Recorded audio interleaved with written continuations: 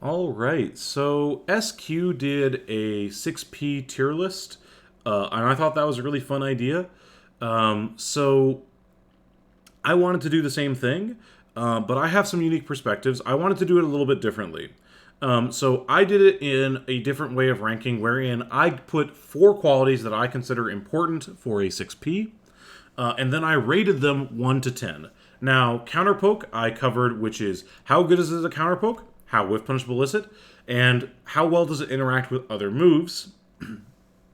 Anti-air, how good is it as an anti-air, how baitable is it, and is the character good at using it as an anti-air? That's the main difference between me and SQ, is that I will not be detaching these from the character.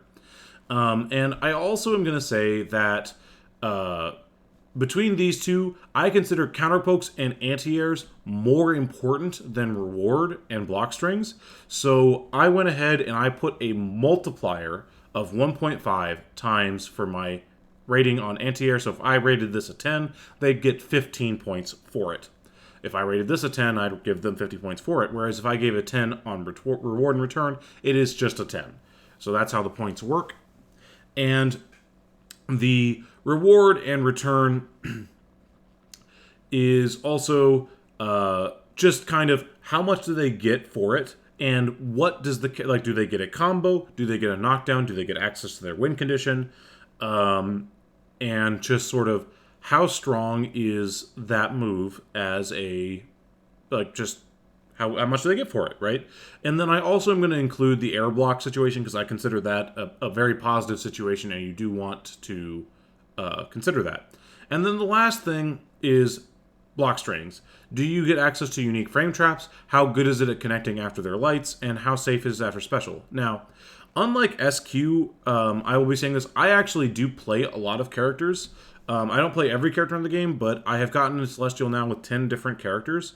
So I, feel reasonably confident that I can. I just feel reasonably confident that I can bring in some unique perspective onto all of this because I will not have a character bias going into this because I'll have seen these 6Ps in a variety of matchups and I'll have used these. I'll have used a lot of these 6Ps. Now, I will say that quite surprisingly to me, the worst 6P in the game is not Gold Lewis. The worst 6P in the game is Potemkin.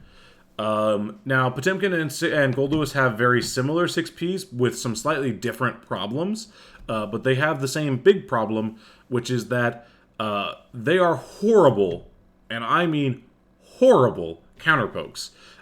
This is because they are extremely whiff punishable. They have 43 and 45 frames recovery, respectively. So they are truly terrible counterpokes. As an anti-air, Potemkin's is okay. It does work, but it can be baited by a double jump, and it has 43 frames of recovery, which is a lot. Its hitbox is not especially good. Its kind of best saving grace is that it leads to heat knuckle on air block. It leads to heat knuckle on regular hit, and it leads to a hard knockdown for Potemkin, which is a big deal, on counter hit. Now, in block strings, there is no reason to use this. It's a terrible move. In block strings, there are no safe enders. Similarly, Gold Lewis, his 6P is also dog shit. It's terrible. It's a horrible counterpoke. It doesn't even hit a lot of the far slashes in the game on the initial hitbox, and it sucks. Right, it is a terrible move. As an anti-air, it does hit fairly high, so it's pretty hard to get over. And Gold Lewis does have some niche uses where it is the best anti-air, but not good. The main thing that saves this is the reward, which is because it is attached to Gold Lewis. 684 saves this move. 684 is the -5 where he swings from the front to the back, Behemoth Typhoon. That leads to Gold Lewis offense when on hit, and that is what saves this move. Other than that, this move is horrible. It's in my opinion, is one of the worst moves in the game. Not just 6Ps. It is a terrible move. Now, much more serviceable, but has a lot of the same problems, is Faust. Faust has the exact same big problem, which is that it has 44 total frames.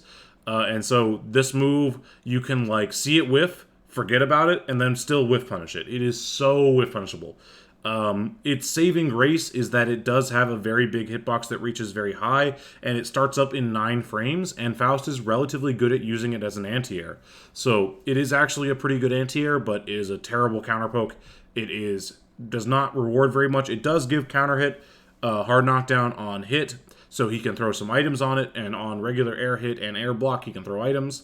So its reward is not abysmal, but it's pretty bad. And on block, he has no safe enders, and it is minus 21. So that sucks.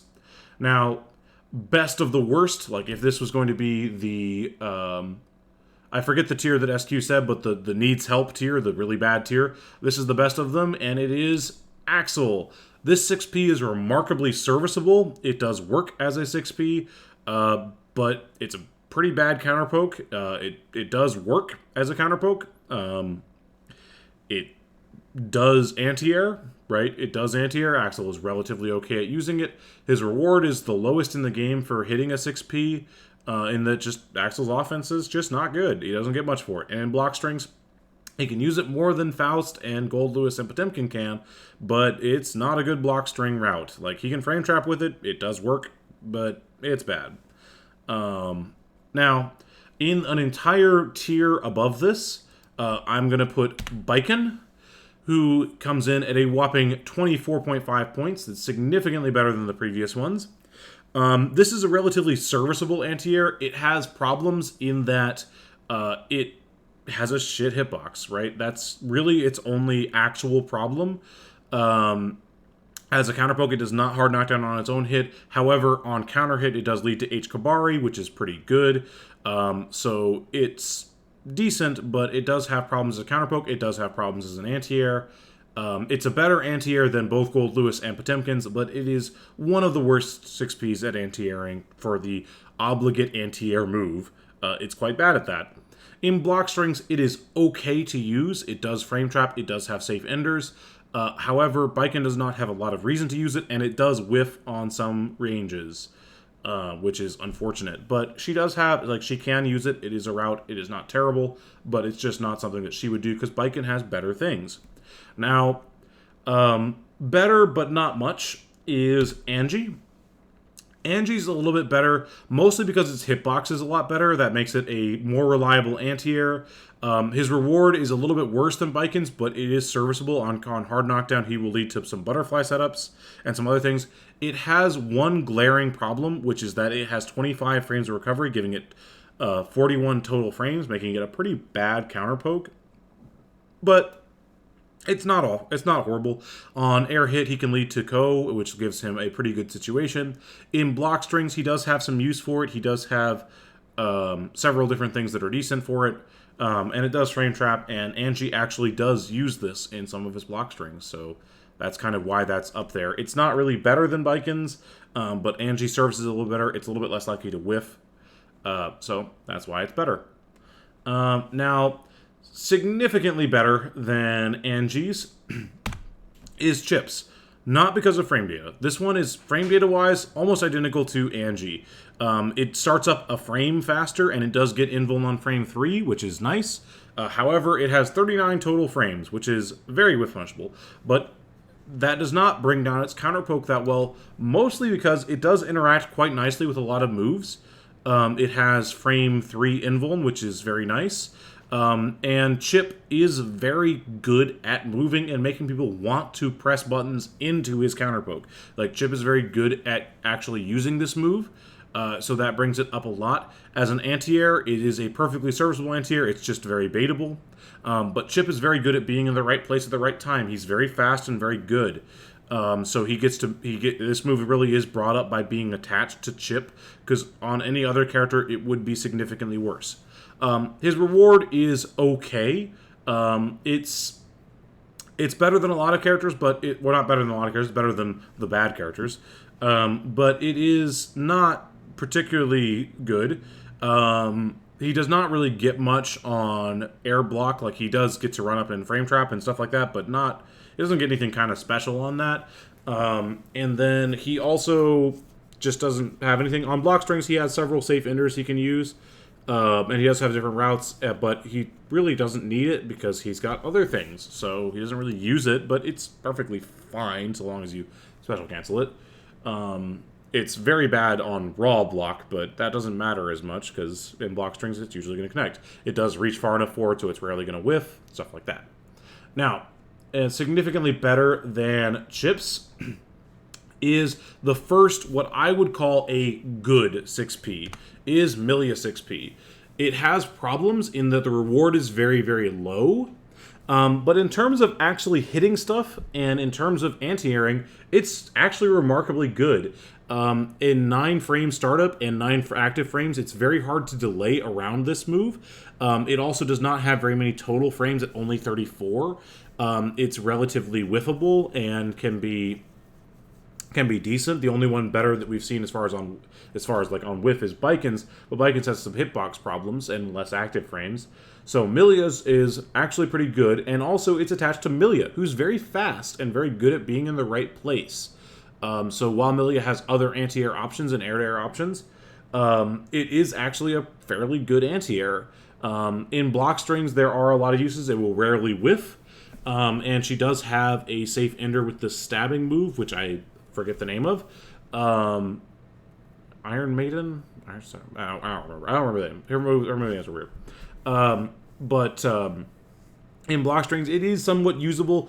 It does frame trap off of her P normals, which are quite good.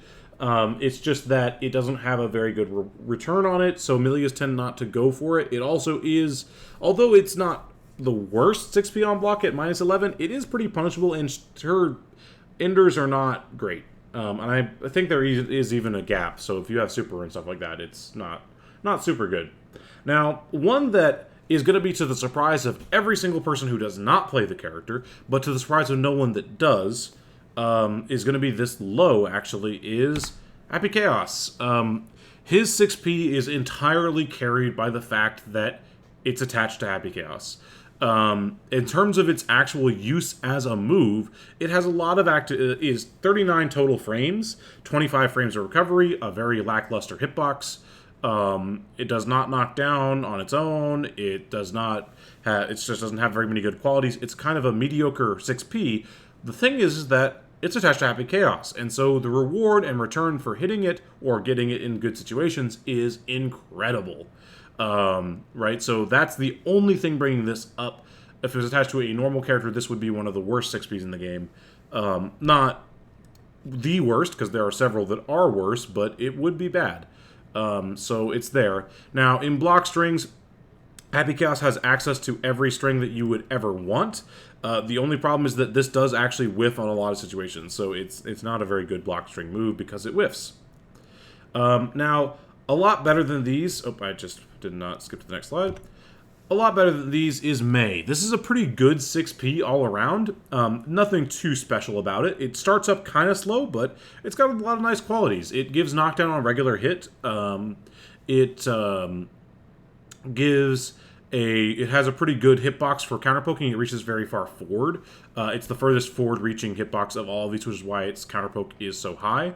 As an anti-air, it is pretty good. It does not get invuln especially fast. It does not start up especially fast, but it's a good move, and Mei is pretty good at using it. In block strings, there are some unique enders, and it actually is reasonably safe itself at only -7. It's not safe, but against some characters it is, and some spacings anyway. It has a relatively good interactions. It is not mega whiff punishable. It only has a total of 36 frames. It is whiff punishable, don't get me wrong, it is a 6P, but it is pretty good, right? Pretty average, pretty good. Now, moving on up, we have Bridget. Now, this one was really hard for me to do. So, I do not play Bridget. This is one of the characters I do not play and have not really had much experience playing against them. However, Bridget has decent return on a lot of things. So if Bridget has a yo-yo already set or can set into a yo-yo in the corner, they get a full combo on this. Pretty good reward. It is a reasonable anti-air starting in at 10 frames. It gets invuln on frame 4, so pretty standard anti-air. It does reach pretty high. Bridget is pretty good at being in the right place to use it. It is an okay counterpoke.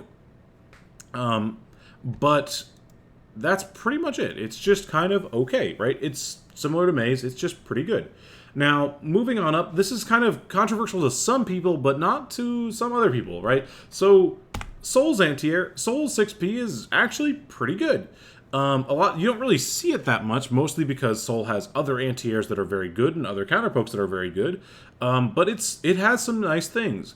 Its reward is quite nice. On regular hit, it gives a knockdown and a meaty into Far Slash, which is just pretty good. He gets a lot of access to a lot of different things. In the corner on lightweights, he gets full combos. On regular hit, on counter hit, he gets pretty good combos. On anti-air, he gets pretty good combos. Or an anti-air in the corner, I mean. As a counter poke, it reaches pretty far forward. It's not super whiff punishable. Only 34 total frames. Just pretty stock standard, but pretty good, right? Can be used in block strings. It does not usually whiff, but it also is not the best thing in block strings. He doesn't really have any safe enders. But, it's Soul, right? That's kind of what he does. So now we have what I would call the beginning of the juiced tier. So all of those were pretty close together, but this is where we get to the really good 6Ps. All of these 6Ps are excellent, and every character in the game would want them. First is Giovanna. Now, this one is very similar to Soul's. It's a slightly better counterpoke in that it reaches a little bit further forward, and it's attached to Giovanna, so she's better at moving. As an anti-air, it's very solid, and reward is decent. It does give some pretty good situations, but the real place where it shines is in block strings. Giovanna uses this move a lot in block strings, and it's a very good filler and frame trap tool that has a safe ender with the wolf swing and lots of things like that. It's just a very good 6P. Nothing too special about it, like it doesn't start up especially fast, does not get invuln especially fast. I should bring up that Souls gets invuln on frame 3, which is fast, but Giovanna's is a pretty similar one, very similar moves. It's just attached to a better character. I mean, that's pretty much it.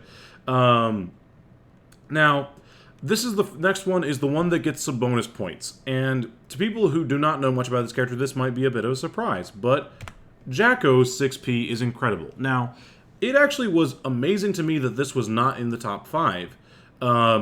Because it is such a good 6P.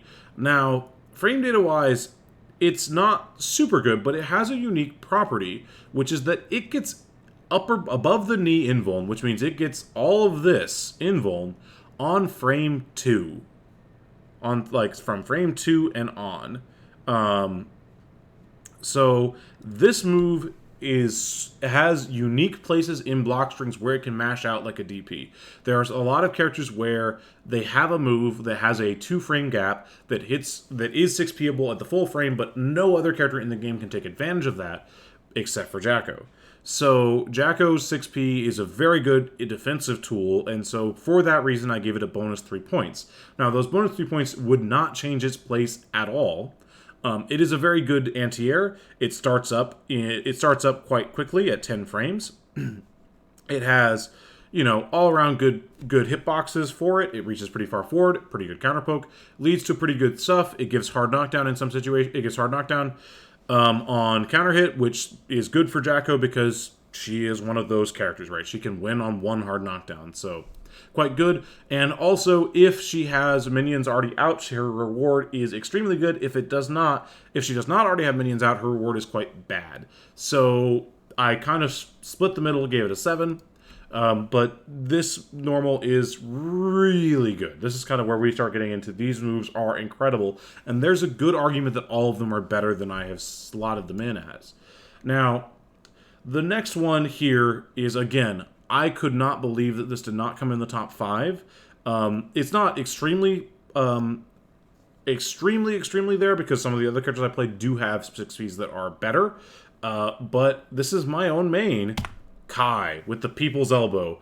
As a 6P, this move is incredible. As a counterpoke, it reaches incredibly far forward. It starts up very quickly.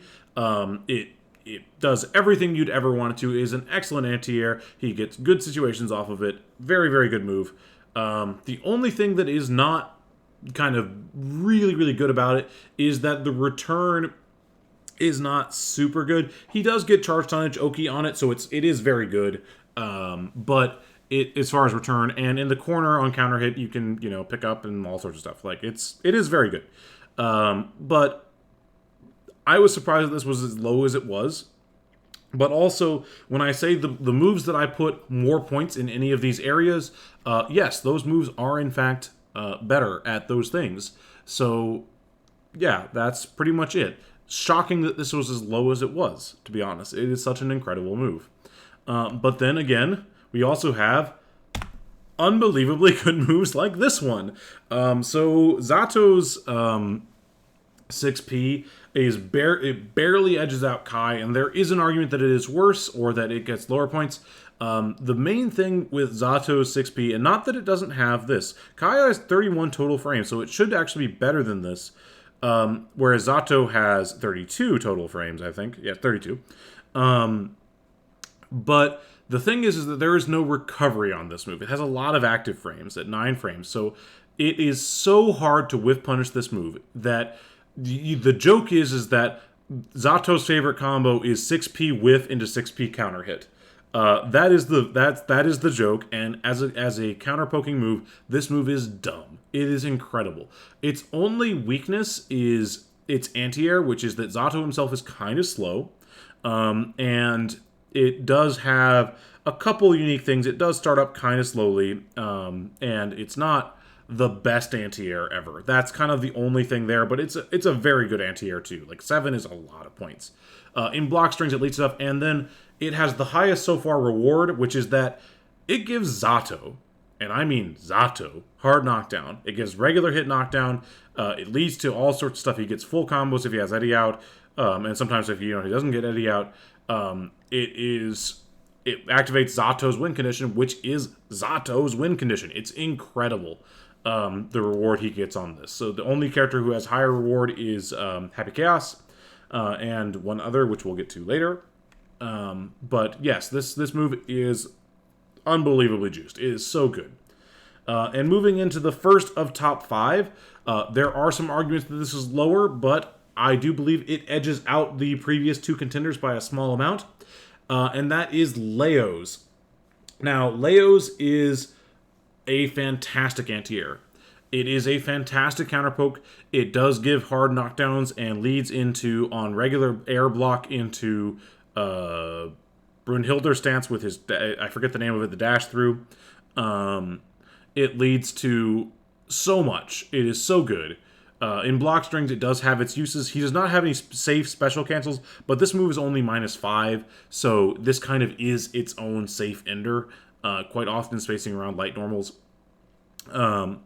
And it also, he can frame trap off of it, so players are less likely to want to press buttons. So it is an incredibly good move. Reaches very, very high. It has a lower area. The only thing that keeps its counterpoke down is that it does have this kind of extended lower hurt box, but it does reach low enough that it sometimes just hits the low that you're trying to use to whip punish it with.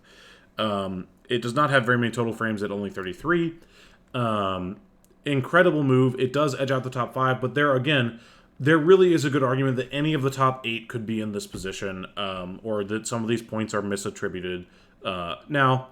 But I do sort of stand by this. Now, for our first tied place, these 2 moves did actually come out with the exact same score, and I put one of them lower just because I wanted her to be lower. Ramlethal.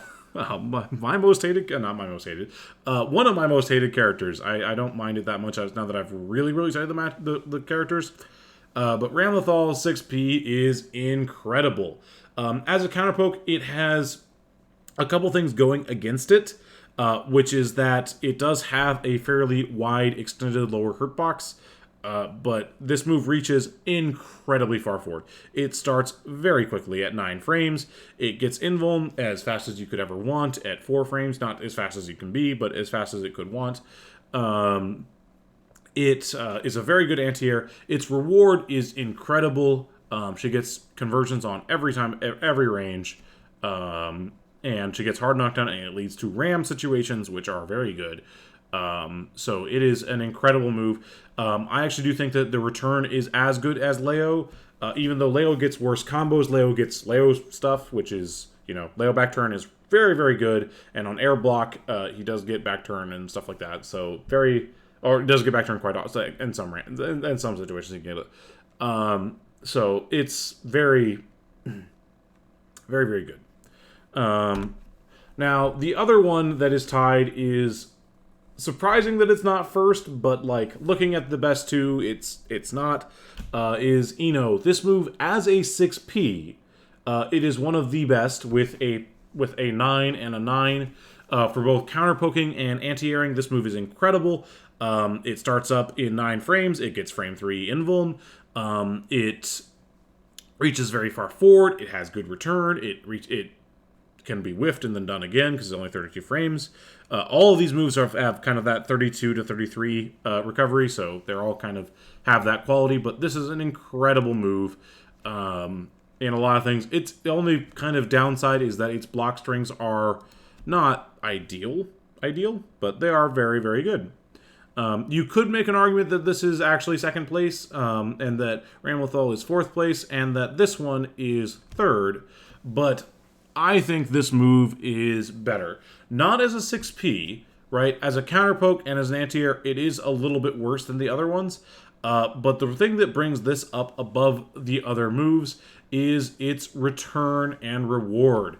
Nago's reward for this is he kills you, right? Similar to Happy Chaos, he kills you when he hits this move. And it's very, very good. In block strings, this will never whiff. It even sometimes in block strings will get its later active frames and actually only be like -4 instead of -6, right? It is incredible in block strings. It is super useful. It frame tracks very nicely. It has very good cancels. It leads to situations. It is an incredible, incredible offensive tool, and the reward is so good. In terms of its like 6P-ness, it's kind of average. But in terms of everything else, it's absurd. It only has 32 total frames, which I was surprised that it was that short. But it is truly an incredible move. It is advancing, so it slips through stuff. It's very good. And the only 6P that is a clear standout and an obvious standout to anyone who's played this game and ever fought this character, it is Testament. Testament wins by a landslide, a whole 2.5 points higher than the next highest. It is, they body it, right? As a counterpoke, this thing is monstrous. As an anti-air, it hits the world. Its reward and return is quite good, particularly because of Stain State. And that really is the main thing that brings it up is Stain State. On regular hit, it just leads to stuff, which is okay, but, you know, kind of mediocre stuff. It does give hard knockdown, which is okay. But on Stain State, it's a lot of things. And then also on Stain State, it's plus on block. Like, gah. That's just gross, right? That's just gross. So in block strings, it has its unique uses because it does reach really far. The main thing bringing it up, obviously, is that in terms of 6P-ness, this move is king by a lot. Its counterpoking and anti-airing ability is wildly good. Is actually Testament's best move and a very strong contender for the best move in the game, best normal in the game. So that is my tier list of all those ranked. I will have my spreadsheet down in the description, and you may see it, make a copy of it, and see about doing different weightings for this stuff. And that's pretty much it. I hope that you did enjoy my ranking of the 6Ps and how I did this. Obviously, all of the numbers could be different, but this is where it stands. So, thank you for watching, and have a great day.